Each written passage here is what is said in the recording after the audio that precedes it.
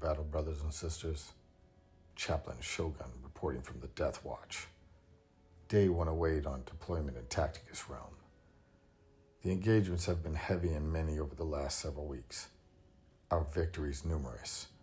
Personal progress has been steady. From acquiring the services of the space dwarves of Votan, though they don't like being called space dwarves, they have pretty big plasma pistols and they prefer to be called little people. I think I will respect that in the future. The roster has made great strides as well. My favorite being Revis's ascension to Mythic, as his DW cannon has patiently been waiting in the armory to be unleashed upon the heretic legions of the galaxy. Salute. As my roster has been improving steadily, one blaring thing has been apparent. My raid output and efficiency is well below the elite level. I need to focus maximum effort on improving this. The way I look at it, top meta for raid is rare air to breathe. And it's air I'm looking to breathe every day, brothers. So buckle up. We're locking in and we're taking the journey to max that meta. The current top raid meta is called the Lavastodes line, centered around Leviscus of the Emperor's Children, with Carrion being the biggest setup support damage dealer. Something that stands out immediately when you notice is I do not have Trajan. I have not been deployed in Tacticus Realm long enough to acquire the legendary commander's services, but that is fully expected over the coming months.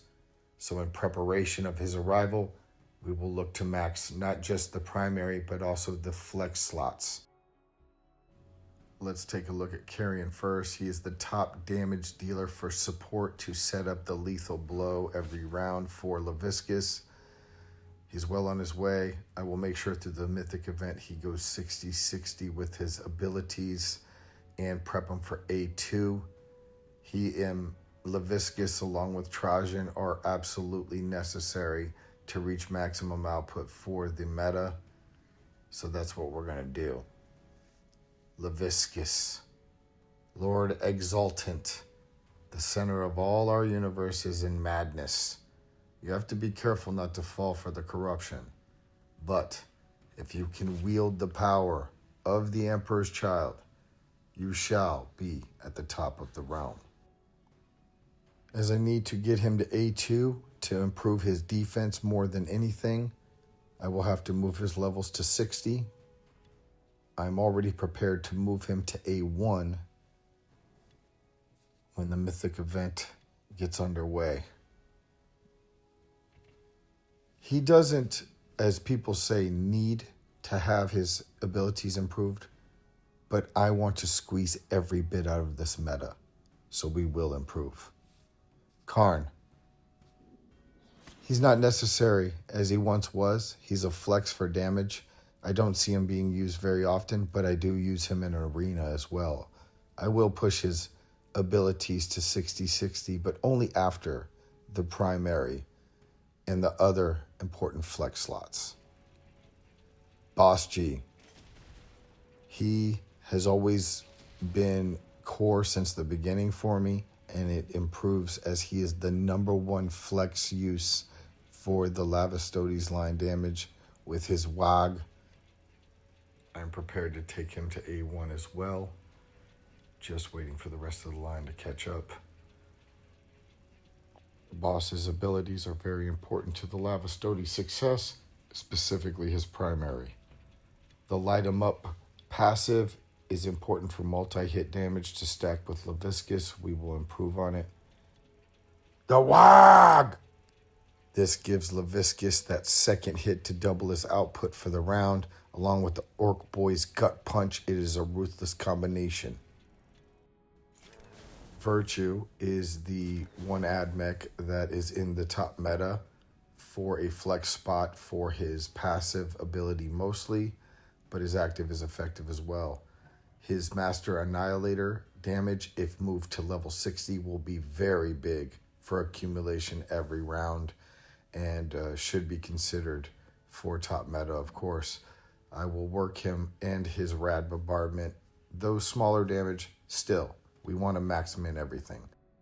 Virtue was the last of the admechs for me to acquire, but I was fortunate as once I got them all to D3, Lavastotes came out, I was able to choose taking Virtue above all the other admechs without wasting resource. Truly a blessing from the Omni-Sire, so to speak. Asath is a real tank and has obvious synergy with the Adeptus Custodes. His passive greatly helps damage when actives are used. He is a crowd favorite right now, being used in the flex spot for the meta. A lot of tacticians think his investment effectiveness stops at 36-36. I disagree.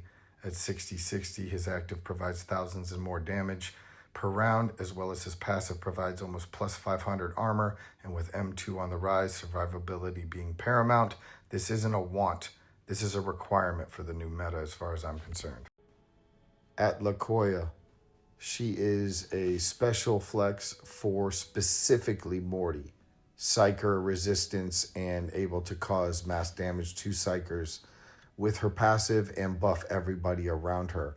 The Daughter of Abyss, I believe, when it's maxed out, gets up to 25 or 30%, with psychic damage being reduced for everybody within 2 hex range. Very great ability, especially with Morty. Talents of the Emperor, very effective, deals direct damage to Psykers, as well as with Adeptus Custodes being adjacent. She's going to be my longest project on this, but I will get her as I do have the shards already. Just need the orbs, and then I'll get her abilities up quickly. Biovore, I think this is just as important as anybody else in the Lavastotes line. Having a mythic Biovore is key if you want over a 2 million max score because of the hyper corrosive acid mythic ability. 10% just for unlocking it improves per round when a spore hits. But when you max it, it's 40%. Even if you don't do anything with the abilities, it gives you 40% damage improvement on your hits if a spore explodes on your target. Of course, we will get the abilities to 60-60 to maximize the effect. And also shout out to SP for allowing us to farm the shards now. Though the path seems to have a little bit of hard work ahead of me, I look forward to the challenge. Overall strategy is to maximize the core and flex options in anticipation of Trajan. Till the next run, may the Emperor forever show you favor. Glory to the chapter!